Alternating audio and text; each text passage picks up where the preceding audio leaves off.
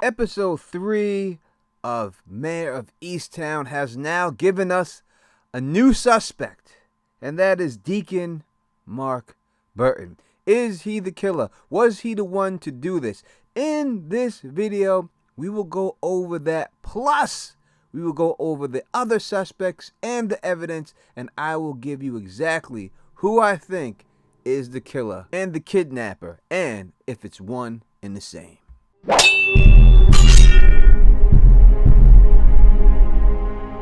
What up to all my thugs, nerds, freaks, and geeks? It's the Don Tony Teflon, and I'm back at you another one. And if you can, please subscribe and thumbs up this video, because if this video hits 500 likes, I will give away 1 month of HBO Max to a subscriber who leaves a comment on this video. You gotta be in it to win it, baby. Now, let's talk about this great episode. They gave us a lot of new clues in this episode, trying to give us the information we need to know who the killer is. As I said in my last video, I believe we have already met the killer. The killer has been revealed to us. We just don't have all the information. So let's get into all the new evidence we have dealing with Erin's murder. And we're going to start with the autopsy. Now, the autopsy reveals no sign of rape or sexual assault, and this makes it even more confusing why Erin was stripped naked to begin with.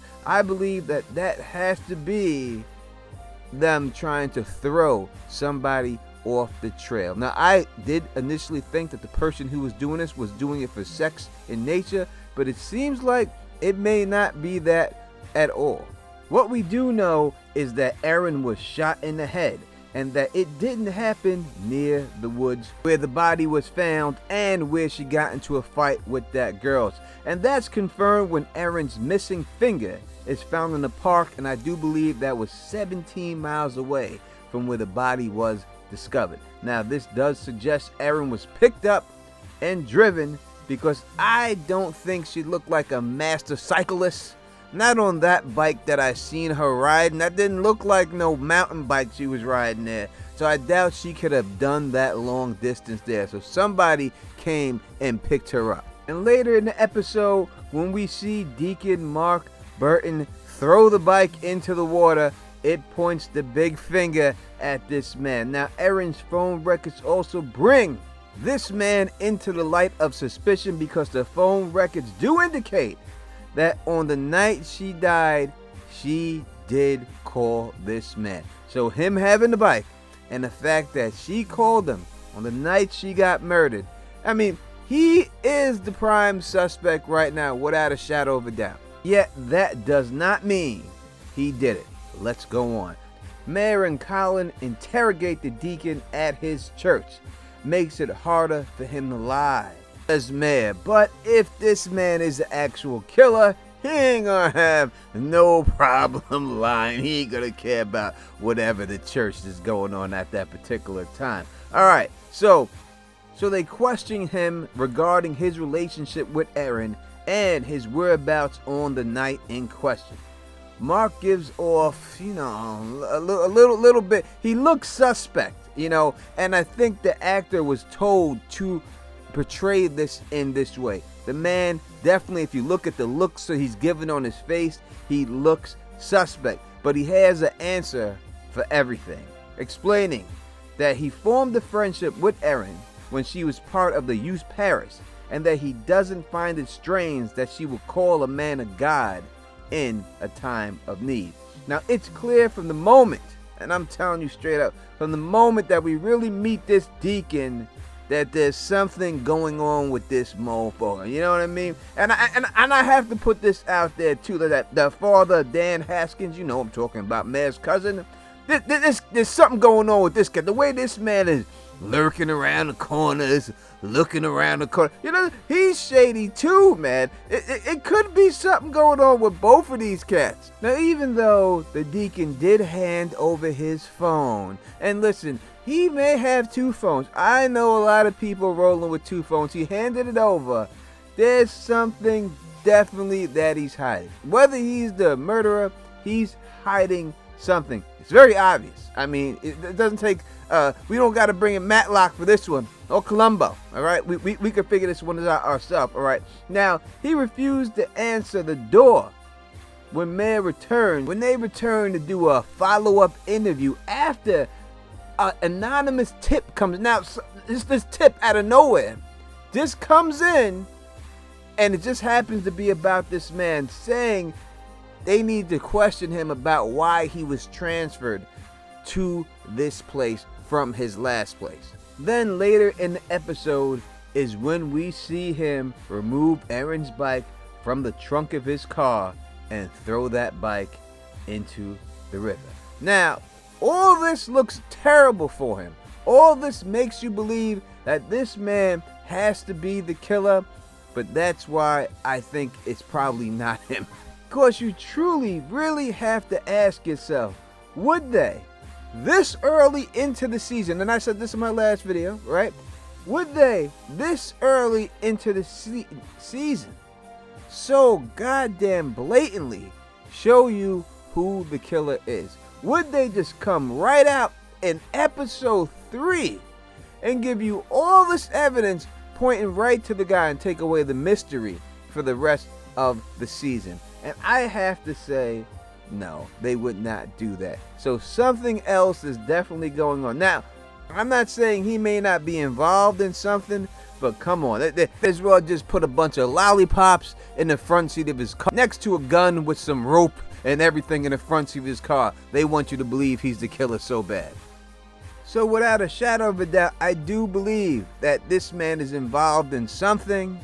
As we see that there is an apparent kidnapping, I'm going to go over all of that in the next video I do, because I'll do a breakdown of next trailer that we see, and I will put all the stuff in there because we have some more evidence from that trailer. I'll break that down in another video this week, I promise you. We won't get too much into it right now, but we will talk about it on the live stream tomorrow, so make sure you're subscribed so you get notifications when we go over everything in the live stream. So everything right now is pointing towards those damn priests. Something's going on with those priests. We got to figure that out. But as I said in my other video, please check that out. I am still looking at Mare. I still think there's a good chance she could be involved somewhere. Now we see that Mare does something stupid that results in her having some serious ramifications. In an attempt to stop Carrie from gaining custody of Drew, Mare steals heroin from the evidence locker and plants it in her vehicle.